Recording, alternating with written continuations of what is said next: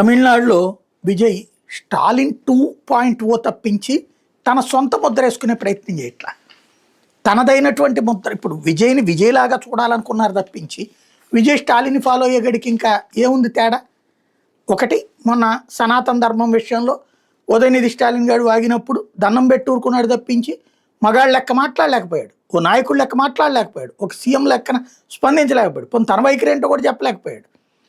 ఆ తర్వాత చూసుకుంటే అధికార యంత్రాంగం మీద కంట్రోల్ అయితే కరువుగానే కనబడుతుంది. ఇంకా సెట్ కాలేదు, అప్పుడే సెట్ కాదనుకో కొంత టైం పడుతుంది. అయితే ద్విభాషా సిద్ధాంతమే, మేము త్రిభాషా సిద్ధాంతం కేంద్రాన్ని ఒప్పుకోమని ఇంతకుముందు స్టాలిన్ మాట్లాడాడు. సుప్రీంకోర్టు దాకా వెళ్ళాడు. సుప్రీంకోర్టు లేదు, ఉండాల్సిందే త్రిభాషా సిద్ధాంతం అని చెప్పింది, అయినా అమలు చేయలేదు. ఇప్పుడు స్టాలిన్ ఫార్ములానే ఫాలో అవుతాడట.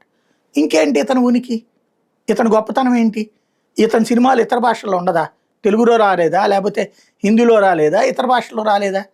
మరి ఒక మనిషి బతకడానికి దేశంలో ఒక భాష కూడా ఇంకొక రాష్ట్రం భాష కూడా ఉంచుకోవడం బెటరు. అది తన ఇష్టం వచ్చింది చూజ్ చేసుకొనియండి. తెలుగే చూజ్ చేసుకుంటారా, కన్నడ చూజ్ చేసుకుంటారా, హిందీ చూజ్ చేసుకుంటారు, మూడో భాష కూడా నేర్చుకోవడం బెటర్ అన్నది. మనకు కూడా ఇదివరకు తెలుగు తప్పనిసరి, Telugu medium, English must, English మీద అవగాహన ఉండటానికి, హిందీ తప్పనిసరిగా ఉండేది, రెండో భాష కింద ఉండేది. అది హిందీనా ఉర్దూనా అనేది. ముస్లింల కోసం ఉర్దూ ఉండేది, మిగతా వాళ్ళకి హిందీ ఉండేది. మరి ఇప్పుడు మాత్రమే పోవడం అంటే దాని చుట్టూ రాజకీయం చేసుకోవడం. ఆ రాజకీయ విజయ్ కూడా చేస్తే ఇంకా డిఫరెన్స్ ఏముంది?